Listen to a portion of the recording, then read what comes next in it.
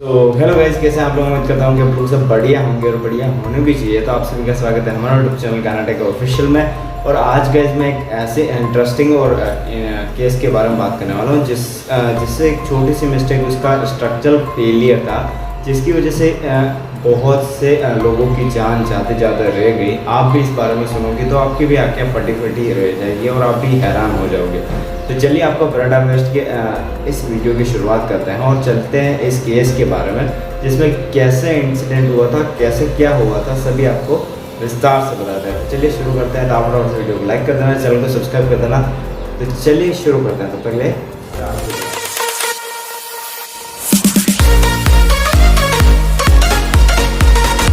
तो guys, Helo international airport 28 अप्रैल 1988 को एक बोइंग 737 का प्लेन जो कि अलोहा एयरलाइंस 243 था, वो हीलो इंटरनेशनल एयरपोर्ट से उड़ान की तैयारी कर रहा था। उसमें 85 पैसेंजर्स और 6 क्रू मेंबर्स थे।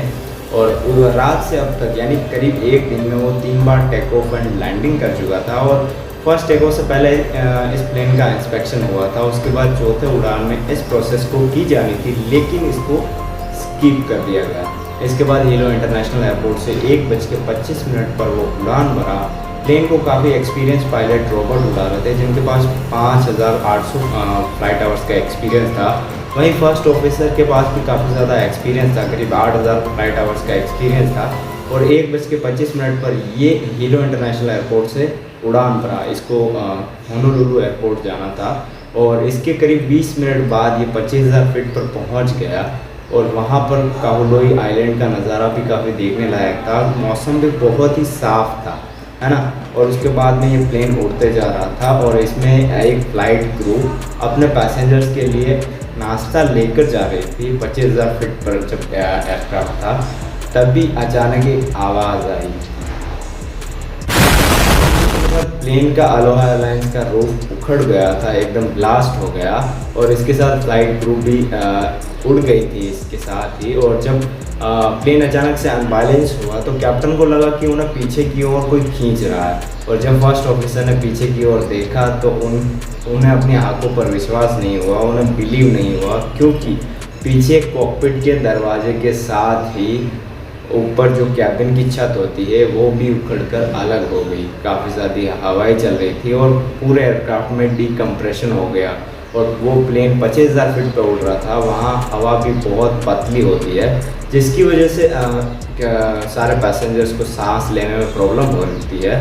लेकिन हालांकि एयरक्राफ्ट में ऑक्सीजन सिलेंडर होते हैं जो कि डीकम्प्रेशन के दौरान अचानक से ड्रॉप हो जाते हैं। लेकिन दुख की बात तो यह है कि जहाँ पर ऑक्सीजन सिलेंडर होता है वहीं से छत उखड़ गई थी गाइस। और इसकी वजह से 25,000 फीट पर पैसेंजर्स को सांस लेने में बहुत प्रॉब्लम हो रही थी। कॉकपिट में सारे डॉक्यूमेंट भी उड़ गए थे और टैबरीज होती है कॉकपिट की, वो भी उड़ रही थी। और तेज़ हवा के साथ साथ जो रूफ होती है वो भी उखड़ रही थी, धीरे धीरे डैमेज हो रही थी। लेकिन जो प्लेन कॉकपिट और कैबिन का जो हिस्सा होता है उसको सिर्फ अलाइन एक चीज़ कर रही थी, जिसकी वजह से एयरक्राफ्ट टिका हुआ था। अगर वो टूट जाए तो प्लेन तुरंत वहीं क्रैश हो जाएगा, सारे पैसेंजर वहीं पे मर जाएंगे। तो कैप्टन ने तुरंत प्लेन को लैंड करवाने के सोचा, क्योंकि वहाँ पर 25,000 फीट पर डीकम्प्रेशन भी था। इसकी वजह से अगर प्लेन नीचे जल्दी लैंड नहीं करवाया तो पैसेंजर वैसा भी मर जाएंगे, क्योंकि हवा वहाँ पर मिल नहीं रही, क्योंकि हवा बहुत ही पतली होती है कैसे ऊपर के दौरान। और इसके बाद उसके साथ ही सारे पैसेंजर ने अपने एयरक्राफ्ट में सीट बेल्ट लगा रखे थे। अगर वो सीट बेल्ट नहीं लगाते तो सारे पैसेंजर भी किसी सामान की तरह उड़ जाते थे, जैसे कि फ़्लाइट क्रू उड़ गई थी। और उसके बाद फटाफट से कैप्टन ने सोचा कि हम फटाफट से प्लेन को लैंड करवाएंगे, इसीलिए होनोलुलु एयरपोर्ट ना जाके वहीं काहुलोई एयरपोर्ट में ही लैंड करेंगे। इसीलिए उन्होंने फटाफट काहुलोई एटीसी को कॉल किया। लेकिन वहाँ पर शोर इतना था, क्योंकि रूफ उखड़ गई थी, तो शोर इतना था कि वो एटीसी से बात ही नहीं कर पा रहे थे। और हालांकि इस टाइम पर ट्रांसपाउंडर होता है जहाँ पर 7700 डायल करके एटीसी तक ये सिग्नल पहुँचा दिया जाता है कि एयरक्राफ्ट में कोई इमरजेंसी हो गई है। और एटीसी को भी पता चल गया था कि अलोहा के साथ कोई ना कोई गलती तो हुई ही है।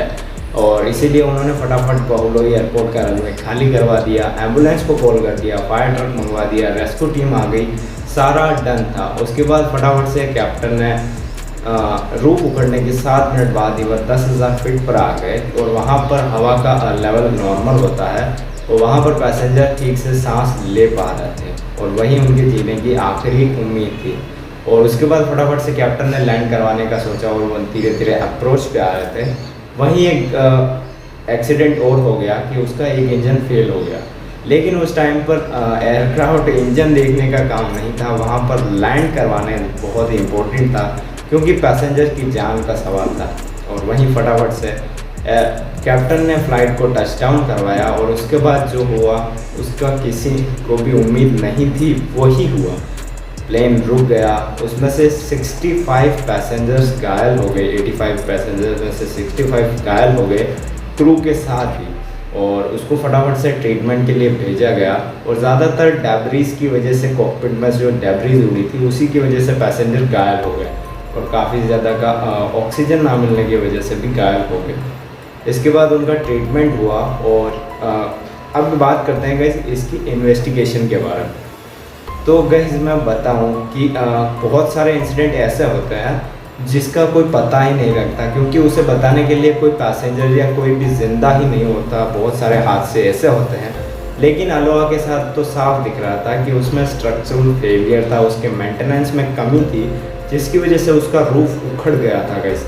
और इसी वजह से छोटी सी गलती, छोटी सी स्ट्रक्चर के लिए टाइम से चेक नहीं किया, उसका मेंटेनेंस टाइम से ना होने की वजह से धीरे धीरे उसकी छत कमज़ोर हो गई और उखड़ गई। तो गाइस ये इंसिडेंट हुआ था अलोहा एयरलाइंस के साथ में। तो आज के वीडियो में गाइस इतना ही, और धीरे धीरे कैप्टन ने गाइस बहुत ज़्यादा प्राउडली काम किया, उनको सम्मानित भी किया गया क्योंकि ऐसे टाइम पर उन्होंने परफेक्टली पूरे एक्सपीरियंस को ट्राई किया। और उस टाइम पे गाइस प्लेन को धीरे धीरे उड़ाना ही सही टाइम था, क्योंकि जिसको प्लेन को जितना ज़्यादा फास्ट उड़ाएंगे उसके साथ ही हवा उसको बहुत ज़्यादा डैमेज करेगी। तो वैसे इस वीडियो में इतना ही, और ऐसे ही इम्पोर्टेंट और नॉलेजफुल वीडियोस हम लाते रहेंगे। तो मिलते हैं जैसे नेक्स्ट वीडियो में। तो आप फटाफट से वीडियो को लाइक कर देना, चैनल को सब्सक्राइब कर देना। इस वीडियो में इतना ही, मिलते हैं किसी नेक्स्ट वीडियो में, तब तक के लिए till then good bye guys.